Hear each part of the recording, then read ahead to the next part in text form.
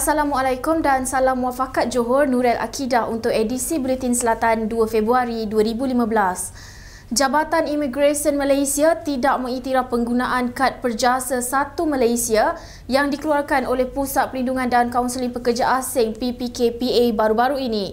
Ketua Pengarahnya Datuk Mustafa Ibrahim berkata, kad yang masih tidak mendapat pengesahan daripada kerajaan itu digunakan oleh pendatang asing tanpa izin parti sebagai satu dokumen yang sah tanpa perlu mengemukakan permit dan pasport sebagai pengenalan diri.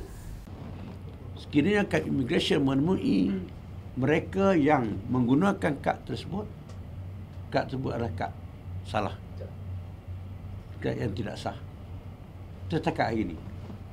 Dan kerajaan belum mendapat buat apa-apa keputusan mengenai kad tersebut. Dan saya tidak tahu sama ada statusnya di mereka mohon ataupun tidak. Tetapi penggunaan kad tersebut kepada immigration adalah satu kad yang tidak sah. Jadi saya mengingatkan kepada pengguna-pengguna kad tersebut supaya berhati-hati. Sekiranya jumpa pada operasi, kita akan menangkap mereka sebagai parti. Bukan lesen kepada mereka untuk bebas di mana-mana dengan menggunakan kad ini. Beliau berkata demikian pada sidang media selepas merasmikan Karnival Imigresen Johor sempena Hari Imigresen Malaysia di Kompleks Kementerian Dalam Negeri KDN Setia Tropika Johor Bahru. Pihaknya akan mengenakan tindakan tegas kepada parti yang memegang kad berkenaan dan juga pihak yang bertanggungjawab mengeluarkannya. Datuk Mustafa berkata pihaknya telah mengenal pasti individu yang menjadi dalang kepada sedikit kad berkenaan dan salah seorang merupakan warga asing yang bersekongkol dengan rakyat tempatan bagi memproses dan mengedarkan kepada parti. Katanya kad terbabit dipercayai dicaj antara RM1,500 hingga RM3,000 untuk sekeping kad yang berwarna kuning dan hitam. Justeru beliau berharap parti tidak mudah terpedaya dengan kad terbabit yang dikatanya turut menggunakan lambang beberapa jabatan kerajaan tanpa kebenaran.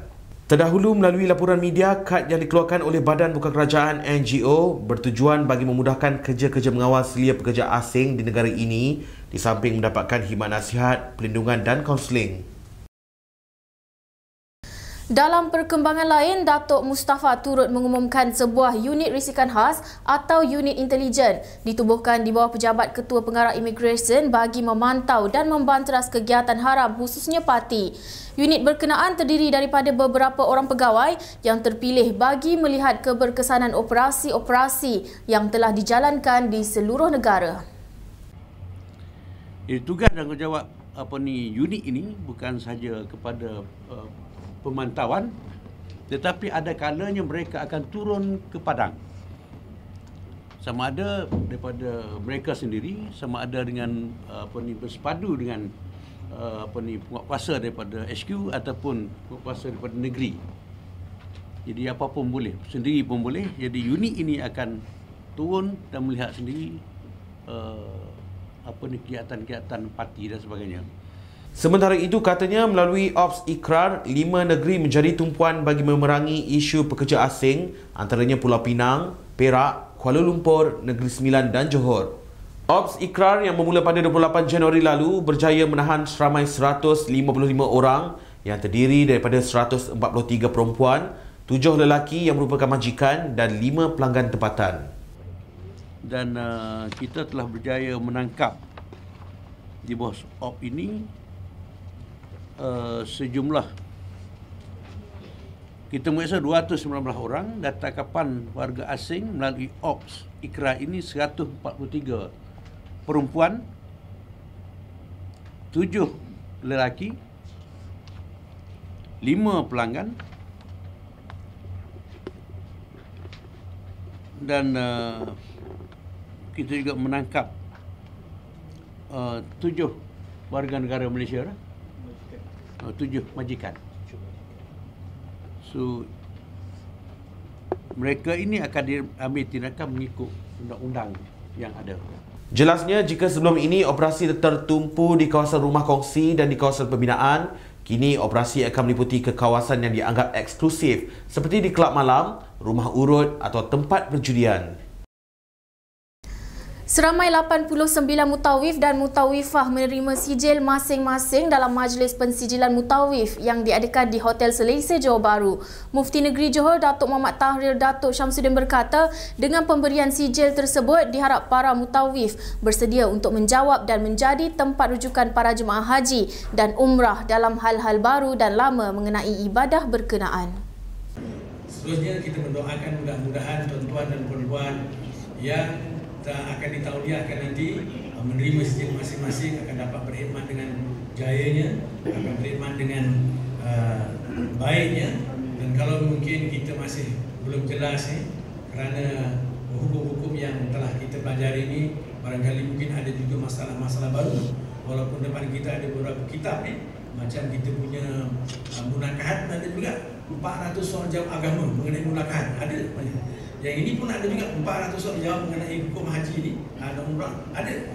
Tapi kadang-kadang ada juga di antara perkara-perkara baru yang muncul yang kita tidak terfikir berlaku lagi. Jadi kerana itu rajin-rajinlah bertanya kepada mereka yang lebih senior, bertanya kepada mereka yang lebih faham tentang hal seperti ini.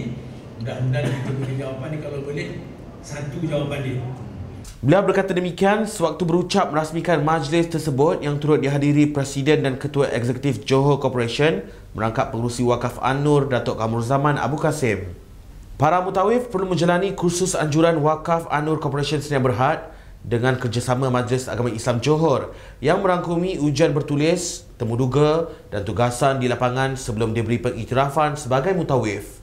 Dalam hari itu, para mutawif dan mutawifah yang ditemui bersyukur dan berharap dengan ilmu yang dipelajari dapat membantu para jemaah dalam melaksanakan ibadah haji dan umrah dengan lebih baik.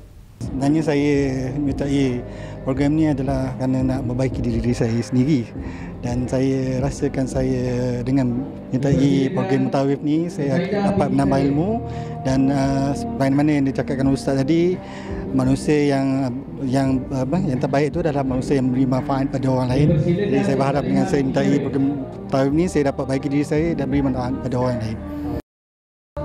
Antara lain kita mencari ilmu dan kita nak merasa bagaimana Rasulullah mengembangkan agama Islam, kemudian kita nak membantu jemaah sama ada mengerjakan umrah ataupun haji. Dan mungkin boleh tambah pengalaman dan sebagainya. Saya sudah membantu dan pernah bertugas sebagai pegawai. Betul, dapat lebih bagi penerangan yang lebih menluas sebab kita dah menghadapi secara praktikal ya. Jadi kita dapat lebih dapat berkongsikan kepada jemaah-jemaah yang mana kita hadapi itu, kita ajar pada mereka. Seorang anggota tentera dikuatiri lemas manakala rakannya terselamat dalam kejadian bot terbalik berhampiran kampung orang asli Tanah Abang Mersing semalam. Mangsa yang hilang dipercayai lemas ketika cuba berenang ke tebing sungai. Kedalaman sungai ialah antara 7.6 meter dan 9 meter, manakala jarak mangsa hilang dari tebing adalah kira-kira 9 meter. Jurucakap Bomber dan Penyelamat Johor berkata, kedua-dua mangsa yang berusia 41 tahun merupakan anggota tentera dari Kem Mahkota Keluang.